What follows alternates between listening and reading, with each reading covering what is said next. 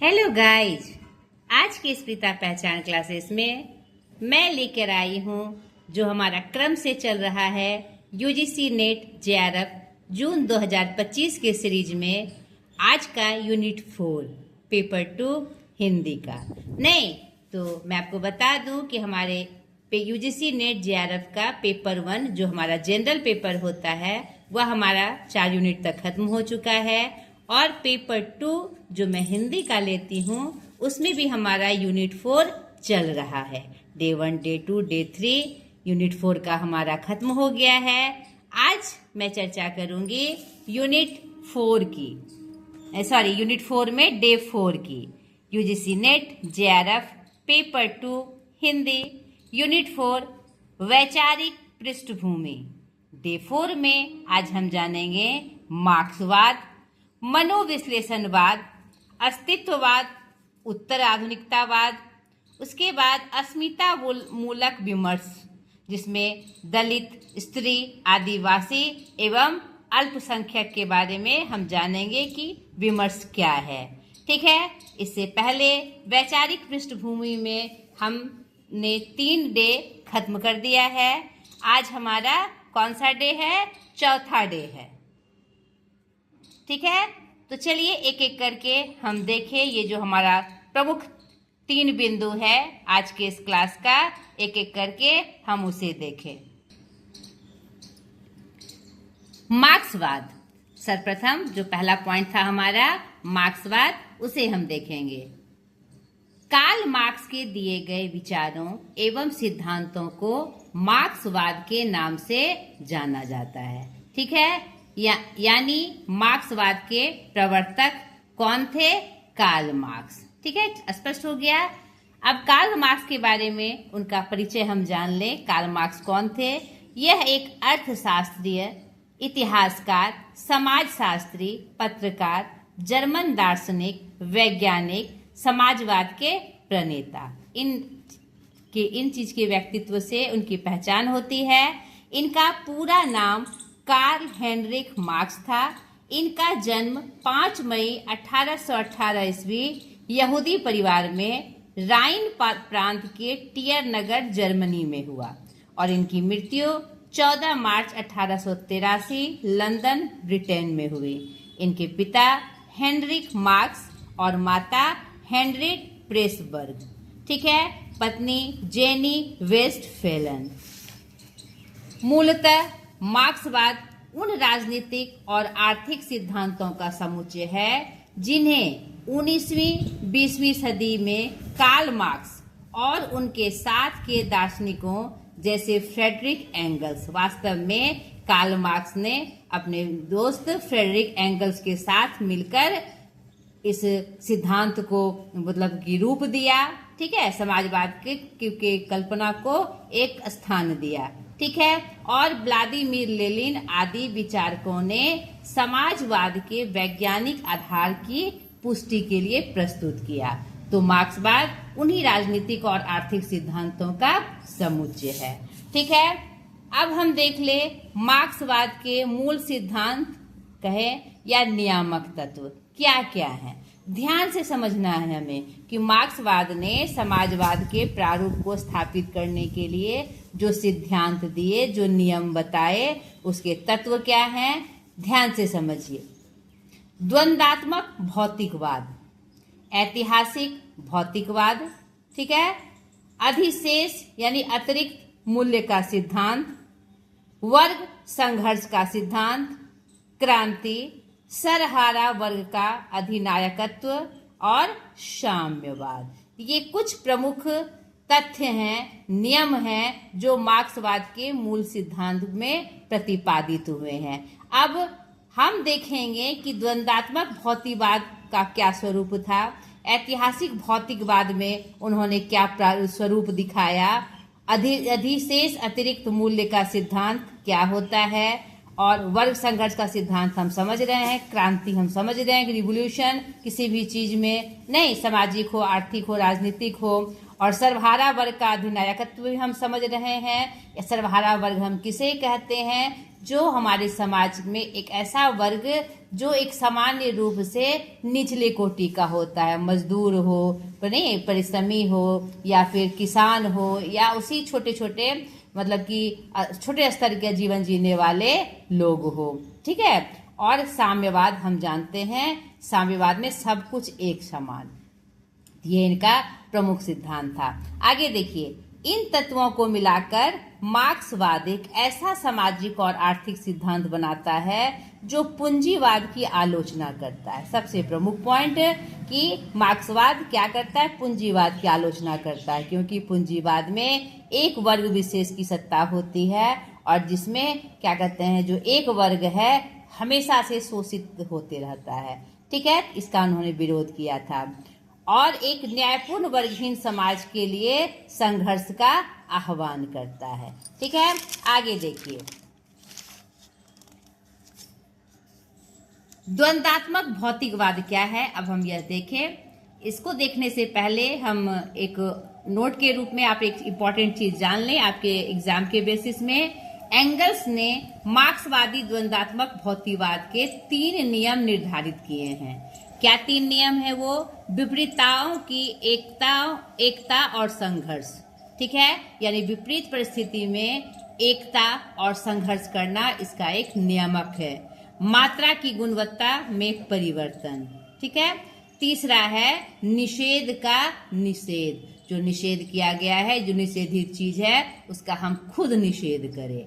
ठीक है, क्लियर हो गया। अब देखिए और अच्छे से जाने द्वंद्वात्मक भौतिकवाद क्या है।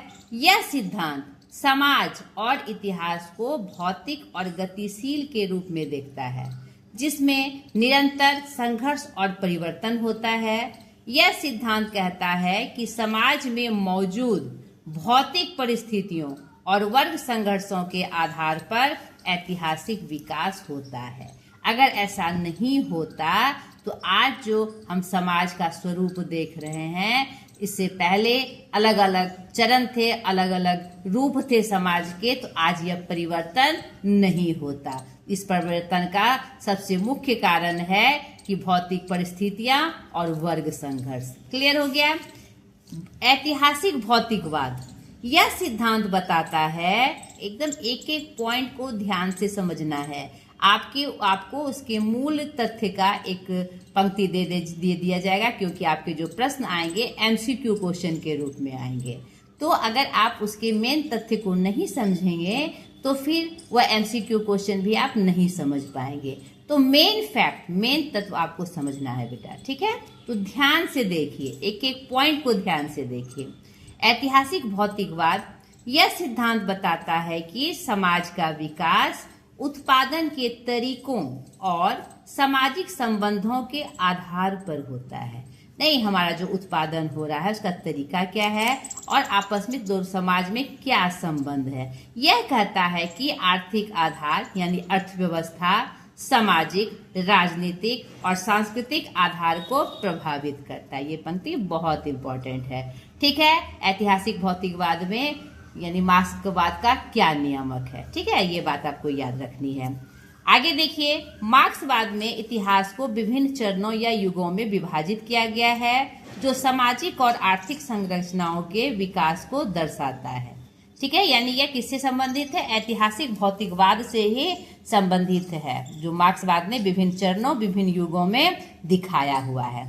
अब देखिए ये विभिन्न चरण क्या है, चरण कहे युग कहे एक ही बात है। पहला आदिम युग, यह इतिहास का सबसे शुरुआती चरण है, युग है, जहां समाज में निजी संपत्ति का अभाव था और सभी लोग समान रूप से संसाधनों का उपयोग करते थे आदिम युग में, क्योंकि मूलभूत आवश्यकता हमारी भोजन और वस्त्र और आवास थी। नहीं, आदिम युग में सबसे मूलभूत आवश्यकता तो भोजन थी सर्वप्रथम। दूसरा दास युग, इसमें कुछ लोग दूसरों को गुलाम बनाकर उनका शोषण करते थे। ठीक है, यानी कि वर्ग संघर्ष, और यहीं से शुरू होता है हमारा सामाजिक स्वरूप ढांचा। तीसरा है हमारा सामंत युग। इस युग में भूमि का स्वामित्व सामंतियों के पास होता था, यानी एक विशेष वर्ग के हाथ में होता था, जो एक विशेष वर्ग पर शासन करते थे, उसका शोषण करते थे और किसान उन्हें कर देते थे। चौथा है पूंजीवादी युग, जिसे औद्योगिक युग के नाम से भी जाना जाता है, यांत्रिक युग के नाम से भी जाना जाता है।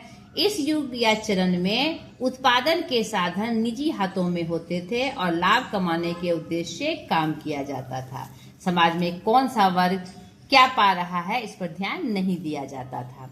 पांचवा है समाजवाद। इस युग में साधन समाज के स्वामित्व में होते हैं और सभी के लिए समान रूप से उपलब्ध होते हैं। ठीक है। और साम्यवाद अंतिम या इतिहास का अंतिम चरण या युग है जहां राज का अस्तित्व समाप्त हो जाता है। यही अंतर है समाजवाद और साम्यवाद में। अगर आपको पंक्ति दे दे समाजवाद साम्यवाद एक ही है या एक नहीं है, नहीं, समाजवाद में समाज के का स्वामित्व होता था, यानी वहां पर भी राज्य हुआ करता था, राज्य का अस्तित्व हुआ करता था। लेकिन साम्यवाद जो है युग ऐसा युग है जहां राज्य का अस्तित्व समाप्त होता है और समाज में वर्गहीनता होती, यानी समाज वर्ग में बटा हुआ नहीं होता है। क्लियर हो गया। तीसरा प्रमुख पॉइंट अब उसके नियामक तत्व का अतिरिक्त मूल्य का सिद्धांत। यह सिद्धांत पूंजीवाद के शोषण को दर्शाता है। इसमें बताया गया है कि पूंजीपति मजदूर के श्रम से जो अतिरिक्त मूल्य पैदा करते हैं उसे हड़प लेते हैं और लाभ कमाते हैं। यानी किसी भी श्रम का या मजदूरी का दाम अगर 100 रुपया है तो उसे 80 रुपया ही देकर या 50 रुपया ही देकर 50 रुपया या 20 रुपया कौन रख लेता है? उसके मालिक। तो यह अतिरिक्त मूल्य का सिद्धांत उसी का उदाहरण ये मैंने आपको बताया। ठीक है। वर्ग संघर्ष यह मार्क्सवाद की एक प्रमुख अवधारणा है। इसमें बताया गया है कि समाज में विभिन्न वर्गों के बीच हमेशा संघर्ष होता है, विशेष रूप से पूंजीपति वर्ग और मजदूर वर्ग। उन्होंने समाज को इसी के आधार पर मुख्यतः दो वर्गों में बांटा। ठीक है, एक पूंजीपति वर्ग, एक सर्वहारा वर्ग। पूंजीपति वर्ग जो समाज में एकदम अधिनायक बना फिरता है, मालिक बना फिरता है, और एक सर्वहारा वर्ग होता है जो सामान्य रूप से अपना जीवन जीता है और उसका जीवन संघर्षों से भरा होता है, कठिनाइयों से भरा होता है, उसे विशेष अधिकार प्राप्त नहीं होते। तो यहाँ पर उसी का बीच मेनली संघर्ष होगा। तो उन्होंने वर्ग संघर्ष के रूप में यह सिद्धांत प्रतिपादित किया है। क्रांति मार्क्सवाद के अनुसार पूंजीवाद को खत्म करने और एक वर्गहीन समाज यानी साम्यवाद स्थापित करने के लिए क्रांति आवश्यक है। सर्वहारा वर्ग उत्पादन के साधनों को अपने नियंत्रण में लेकर क्रांति ला सकता है। तो ये मार्क्सवाद का एक प्रमुख सिद्धांत है। ठीक है। सर्वहारा वर्ग या अधिनायकत्व यह एक संक्रमणकालीन चरण या युग है जिसमें सर्वहारा वर्ग उत्पादन के साधनों पर नियंत्रण रखता है और पूंजीवाद के अवशेषों को समाप्त करता है। ठीक है। इसमें अगर ये अपनाया जाए तो जो वर्ग संघर्ष है वह तो होगा, लेकिन यहाँ पर जो अधिकार हैं सर्वहारा वर्ग को भी प्राप्त होंगे। साम्यवाद यहाँ पर हमने ऊपर में देख लिया, इसकी चर्चा हमने जानी। यह एक वर्गहीन समाज विहीन समाज है जिसमें उत्पादन के साधन सार्वजनिक रूप से स्वामित्व वाले होते हैं और सभी के लिए समाज समान रूप से होते हैं, किसी भी वर्ग के लिए विशेष अधिकार को प्राप्त किए हुए नहीं होते हैं। क्लियर हो गया। इन तत्वों को मिलाकर मार्क्सवाद एक ऐसा सामाजिक और आर्थिक सिद्धांत बताता है जो पूंजीवाद की आलोचना करता है और एक न्यायपूर्ण वर्गहीन समाज के लिए संघर्ष का आह्वान करता है। अब एक और इम्पोर्टेंट पॉइंट इस क्लास का, कार्ल मार्क्स द्वारा लिखी गई प्रमुख पुस्तकें। The communist manifesto 1848, Das Kapital 1867 पहला खंड लिखा गया और बाद में इसके दो खंड बहुत सारे खंड अलग अलग प्रकाशित हुए 1894 ईस्वी तक। ठीक है, यहाँ कंफ्यूज नहीं करना है। पहला खंड 1867 में हुआ। यह एक बहुखंड वाली पुस्तक है।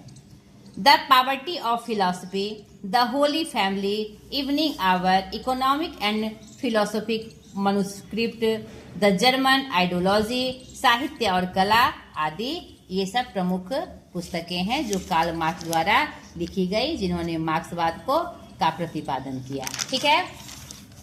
दूसरा इस क्लास का सबसे इम्पोर्टेंट पॉइंट, मनोविश्लेषणवाद, अस्तित्ववाद एवं उत्तर आधुनिकतावाद। ये क्या है, एक एक करके हम इसको जाने। मनोविश्लेषणवाद, जिसके जनक सिगमंड फ्राइड हैं, ऑस्ट्रिया के। इनका जन्म 6 मई 1856 और मृत्यु 23 सितंबर 1939 ईस्वी। मनोविश्लेषणवाद एक मनोवैज्ञानिक दृष्टिकोण है जिसे सिगमंड फ्रायड और उसके बाद उनके अनुयायियों ने विकसित किया था।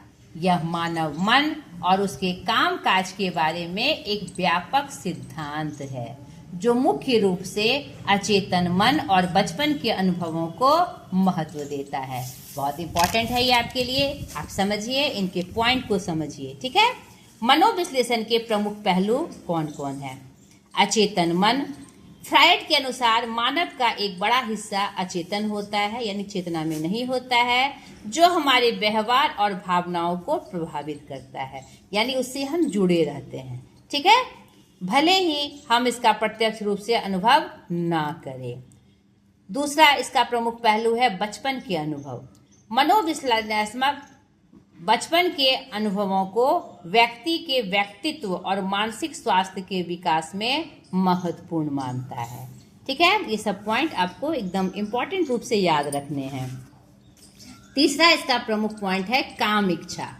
फ्रायड ने काम इच्छा को मानव व्यवहार का एक महत्वपूर्ण प्रेरक शक्ति माना है, जो अचेतन इच्छाओं और इच्छाओं का आधार है। क्लियर? मनोविश्लेषण चिकित्सा। मनोविश्लेषणवाद एक चिकित्सकीय दृष्टिकोण भी है जिसका उपयोग मानसिक और भावनात्मक विकारों के उपचार के लिए किया जाता है। क्लियर? स्वप्न विश्लेषण। फ्रायड ने स्वप्न को अचेतन मन की अभिव्यक्ति के रूप में देखा है और स्वप्न विश्लेषण को मनोविश्लेषण चिकित्सा का एक महत्वपूर्ण उपकरण भी माना है।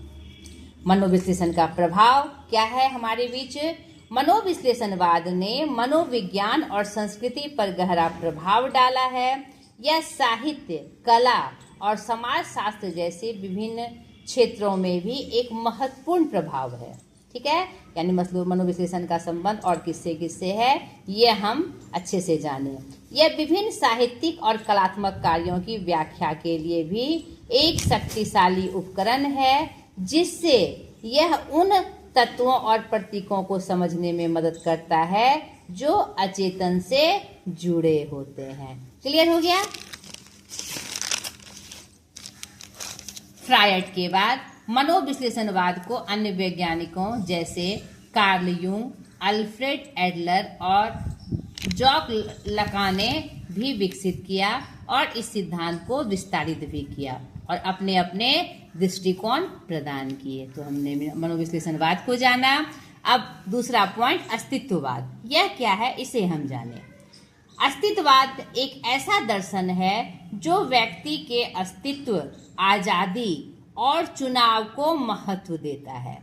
किसी विशेष विचार या प्रत्यय के स्थान पर व्यक्ति के अस्तित्व को महत्व देने वाले दर्शन को अस्तित्ववाद के नाम से जाना जाता है। यानी इसका प्रथम स्वरूप क्या है? व्यक्ति का अस्तित्व, बाकी उसके बाद, ठीक है। अस्तित्ववाद का प्रारंभ जर्मनी दार्शनिक किरकेगार्ड के चिंतन से हुआ। उनके अनुसार केवल व्यक्ति सत्य है, कोई विचार या सिद्धांत व्यक्ति से बड़ा नहीं है, ठीक है। इन्होंने इस पे जोर दिया। किरकेगार्ड के अनुसार हमें अपने होने का अस्तित्व का बोध अपने भीतर से होता है। इसका तात्पर्य है कि अस्तित्ववाद के अनुसार सत्य आत्मगत होता है, वस्तुगत नहीं। यानी यही सबसे सटीक और सच्चाई है कि हम अस्तित्व में होते हैं, तभी उसका महत्व है, बाकी चीजें उसके बाद आती है।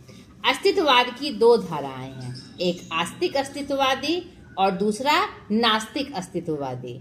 आस्तिक अस्तित्ववादी में लोग ईश्वर के अस्तित्व को मानते हैं और नास्तिक अस्तित्ववादी में ईश्वर के अस्तित्व को नहीं माना जाता है। यानी अस्तित्ववाद में अपनी पहचान जो ईश्वर के को रखते हुए मानते हैं वो आस्तिक अस्तित्ववादी है, और जो सिर्फ अपने अस्तित्व की बात करते हैं, ईश्वर के अस्तित्व को नहीं मानते, वह नास्तिक अस्तित्ववादी है। क्लियर?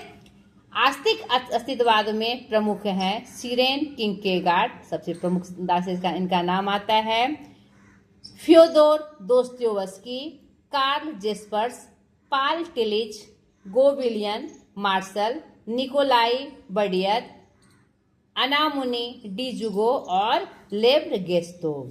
ठीक है, आस्तिक अस्तित्ववाद में इनका प्रमुख नाम आता है। ध्यान से आप स्क्रीनशॉट लेकर इसे रख सकते हैं। और नास्तिक अस्तित्ववादी में प्रमुख हैं फ्रेडरिक नीत्शे, हलरेल, हीडेगर, सार्त्र और सिमोन, जिसमें सार्त्र का नाम सबसे प्रमुखता से आता है। क्लियर हुआ? अस्तित्ववादी दर्शन के प्रमुख देश एवं रचनाकार: जर्मनी कार्ल जेस्पर्स, मार्टिन हीडेगर, फ्रांस में गोवियल, मार्शल, जिया गैसल, सार्त्र और अल्बेयर कामू दोनों प्रमुख हैं। इसमें स्पेन जोस ओर्तेगो, वाई गैसेट, मिगुएल दे अनामुनी, रूस में निकोलोई बडियत, लेव सेस्तोत और भारत में सच्चिदानंद हीरानंद बादशायन अगेजी और निर्मल वर्मा का नाम अस्तित्ववादी विचारकों में आता है। ठीक है, प्रमुख अस्तित्ववादी चिंतक जो हैं सारेन किंकेगार्ड, फ्रेडरिक नीत्शे, दोस्तोयेव्स्की, हीडेगर और जियोपाल सार्त्र का नाम आता है। ठीक से सबसे प्रभावशाली अस्तित्ववादी विचारकों में Jean Paul Sartre, Albert Camus एवं सिमोन डी का नाम शामिल है। ये बात आप अच्छे से याद रखिएगा, क्योंकि यहाँ पर जो इतने रचनाकार हुए, लेखक हुए, चिंतक हुए, उनका नाम रखना, याद रखना थोड़ा मुश्किल है, लेकिन ये प्रमुख जो हैं इसी से प्रश्न ज़्यादा जुड़े हुए आते हैं, तो इसको मैंने अलग से लिख के लाया ताकि आपको ध्यान में रहे, याद रहे। मुख्य रूप से इन्हीं के प्रश्नों को दोहराया जाता है। इसके प्रमुख पहलू मुख्यतः अस्तित्व पर सार की प्राथमिकता, स्वतंत्रता और जिम्मेदारी, अर्थहीनता और बेतुकापन, प्रामाणिकता, चिंता और व्यग्रता, व्यक्तिगत जिम्मेदारी, अलगाव एवं विच्छिन्नता, दुख और अवसाद और तथ्यात्मकता। ये सारे पॉइंट सीधे सीधे समझ में आ रहे हैं, इसलिए मैंने इसे डिटेल से नहीं लिखा। यानी अस्तित्व पर इस पे जोर दिया जाता है। स्वतंत्रता और जिम्मेदारी, पूर्ण रूप से स्वतंत्रता होती है इसमें, और जिम्मेदारी खुद की होती है। अर्थहीनता और बेतुकापन यहाँ पर नहीं होता। प्रामाणिकता या प्रामाणिक है। चिंता और व्यग्रता का भी उन्होंने प्रमुख स्थान दिया कि चिंता और व्यग्रता से ही हमारे अंदर का जो अस्तित्व है वो जागृत होता है। व्यक्तिगत जिम्मेदारी, अलगाव और विच्छिन्नता भी इसमें होते हैं। दुख और अवसाद से ही हम अपने अस्तित्व को प्रमुखता से जान सकते हैं, और ये तथ्यात्मकता से परिपूर्ण होता है। तीसरा इसका प्रमुख पॉइंट हमारे इस क्लास का उत्तर आधुनिकतावाद। उत्तर आधुनिकतावाद 20वीं शताब्दी के दूसरे भाग में, ध्यान से समझिए, दर्शन शास्त्र, कला, वास्तुशास्त्र और आलोचना के क्षेत्रों में फैला एक सांस्कृतिक आंदोलन था, जिसने अपने से पहले प्रचलित आधुनिकतावाद को चुनौती दी। ठीक है, और सांस्कृतिक वातावरण बदल डाला। उत्तर आधुनिकतावाद के जनक ज्या फ्रांकोइस लियोतार हैं। चार्ल्स मूर को भी इसका जनक कहा जाता है। ठीक है, ये दोनों बात आपको याद रखनी है। उत्तर आधुनिकतावाद, जिसे पोस्ट मॉडर्निज्म भी कहा जाता है, यह आधुनिकता के सिद्धांतों और मूल्यों के प्रति चुनौती पेश करता है और शक्ति, ज्ञान और भाषा के विभिन्न पहलुओं पर ध्यान केंद्रित करता है। उत्तर आधुनिकतावाद की प्रमुख विशेषताएं: व्यापक संशयवाद। उत्तर आधुनिकतावाद सत्य के बारे में ठोस या निर्विवाद ज्ञान के अस्तित्व पर संदेह करता है। व्यक्तिपरकता सापेक्षवाद यह मानता है कि ज्ञान व्यक्तिपरक है और संदर्भ पर निर्भर करता है। तर्क पर संदेह। उत्तर आधुनिकतावाद तर्क को सत्य और ज्ञान के स्रोत के रूप में नहीं देखता। इसके जो पॉइंट्स हैं बहुत इंपॉर्टेंट है आपके सिलेबस के लिए।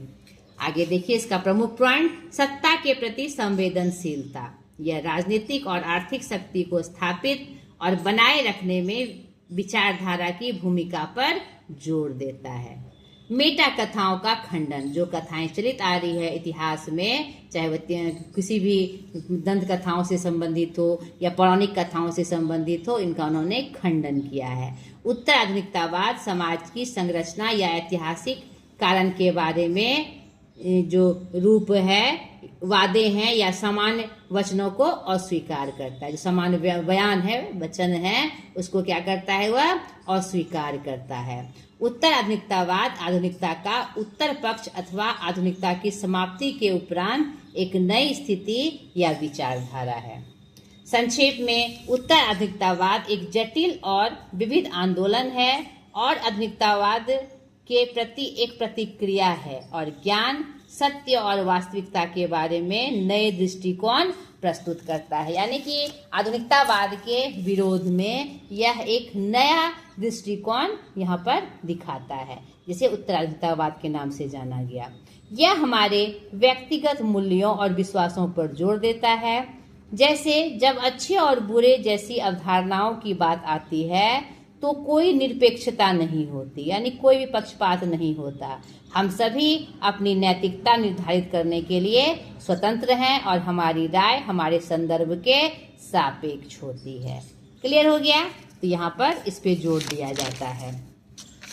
उत्तर आधुनिकतावाद के प्रमुख विचारक जैक्यूस देरिदा, वे भाषा और अर्थ पर ध्यान केंद्रित करते हैं। मिशेल फोकाल्ट, वे शक्ति और ज्ञान के बीच संबंधों का अध्ययन करते हैं। जीन फ्रांसवा लियोटार्ड, वे ज्ञान की वैधता और ज्ञान की प्रक्रियाओं पर ध्यान केंद्रित करते हैं। ये बहुत इंपॉर्टेंट है आपके लिए, क्योंकि यहाँ पर प्रश्न इससे संबंधित होते हैं। यह किससे संबंधित है? या तो लेखक का नाम पूछेगा या लेखक का नाम देकर पूछेगा इन्होंने कौन सा सिद्धांत प्रतिपादित किया, किससे संबंधित किया। ठीक है, तो ये बहुत इंपॉर्टेंट है। ये ज्ञान की वैधता और ज्ञान की प्रक्रियाओं पर ध्यान केंद्रित करते हैं। रिचर्ड रॉटी, वे उत्तर आधुनिकतावाद को तर्क और प्रगति के लिए एक नया मार्ग के रूप में देखते हैं। ठीक है, अब अंतिम पॉइंट हमारे इस वैचारिक पृष्ठभूमि का, और इसके बाद आपका ये यूनिट समाप्त हो जाएगा। अस्मिता मूलक विमर्श, जो दलित, स्त्री, आदिवासी एवं अल्पसंख्यक से संबंधित है। ठीक है, अस्मिता हम जानते हैं, सम्मान, इज्जत। अस्मिता मूलक विमर्श दलित, स्त्री, आदिवासी और अल्पसंख्यक जैसे समुदायों की पहचान, स्थिति और अधिकारों पर केंद्रित करता है। यह विमर्श ऐतिहासिक और सामाजिक रूप से हाशिए पर रहे समुदायों की आवाज सुनने, उनके अधिकारों की रक्षा करने और उनकी गरिमा की रक्षा करने का प्रयास करता है। ठीक है, यह विमर्श सामाजिक न्याय, समानता और समावेशी समाज के निर्माण के लिए बहुत आवश्यक है।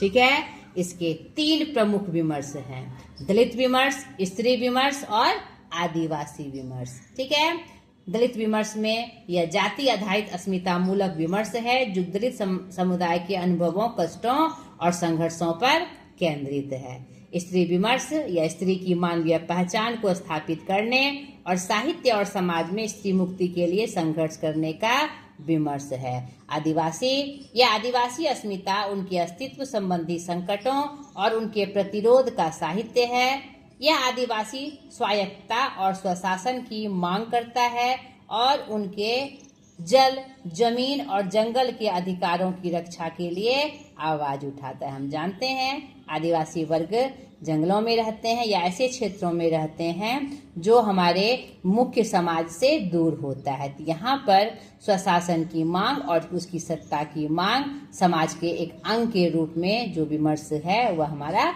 आदिवासी विमर्श कहलाता है, जो उनके अधिकारों की रक्षा के लिए क्या करता है, आवाज उठाता है। क्लियर हुआ? एक अन्य विमर्श जो हर क्षेत्र के अल्पसंख्यक वर्ग को संदर्भित करती है, अल्पसंख्यक विमर्श। यह अल्पसंख्यक समुदायों की पहचान, अधिकारों और उनके सामने आने वाली चुनौतियों पर ध्यान केंद्रित करता है। यहाँ पर अल्पसंख्यक विमर्श में कौन से वर्ग आते हैं, कौन से लोग आते हैं जो हर समाज में मतलब अल्पसंख्यक यानी कम संख्या वाले होते हैं, और जहाँ पर कम संख्या के होने के कारण उन्हें बहुत सारे संकटों का सामना करना पड़ता है, बहुत सारे अधिकारों से वंचित रहना पड़ता है, या फिर कहीं कहीं वे शोषण के शिकार होते हैं। ठीक है। तो अल्पसंख्यक विमर्श में उनके अधिकारों और उनके मतलब जो स्वरूप है, आने वाले जो चुनौतियां हैं उनके जीवन के, उस पे हमारा ध्यान केंद्रित करता है। ठीक है। अस्मिता मूलक विमर्श ने हिंदी साहित्य एवं समाज को एक नया मोड़ एवं रूप प्रदान किया और साहित्य को सामाजिक और राजनीतिक मुद्दों से जोड़ने में महत्वपूर्ण भूमिका निभाई। ठीक है। दलित विमर्श के प्रमुख समर्थक डॉक्टर भीमराव अंबेडकर, ओम प्रकाश वाल्मीकि, मोहनदास नेमी सराय जी, जयप्रकाश करदम, शिवराज सिंह बेचैन जी। स्त्री विमर्श के प्रमुख समर्थक या रचनाकार में उषा प्रियमवदा, कृष्णा सोबती, मन्नू भंडारी, शिवानी, मृदुला गर्ग, मैत्रेयी पुष्पा, ममता कालिया और नासिरा शर्मा आदि का नाम प्रमुखता से लिया जाता है। आदिवासी विमर्श पर आधारित आदिवासियों का संसार के नामक पुस्तक के लेखक आशा सुषमा किस्कू ने महत्वपूर्ण भूमिका निभाई है। ज्योतिबा फुले, महात्मा गांधी, भीमराव अंबेडकर आदि ने इनके अधिकारों एवं संघर्षों को उद्घाटित करने में अग्रिम भूमिका निभाई थी। तो यह हमारा जो विमर्श था, जो विभिन्न वर्ग से जो अस्मिता मूलक विमर्श था, उसकी हमने चर्चा देखी। तो हमारे वैचारिक पृष्ठभूमि का यह अंतिम जो रूप था, अंतिम जो पार्ट था, जिसे हमने 4 पार्ट पे बांटा था, आज यहीं पर समाप्त हो गया। अगले वीडियो में एक नए यूनिट के साथ मैं हाजिर हो जाऊंगी और फिर से वही बात, हमारी मेहनत सफल हो और ये उन सारे आकांक्षाओं तक पहुँचे जो इसकी तैयारी कर रहे हैं। इसके लिए प्लीज़ मेरे चैनल को शेयर करें, लाइक करें, सब्सक्राइब करें और मुझे सपोर्ट करें। तो मिलते हैं अगले वीडियो में एक नए यूनिट के साथ। आज तक के लिए इतना ही। बाय।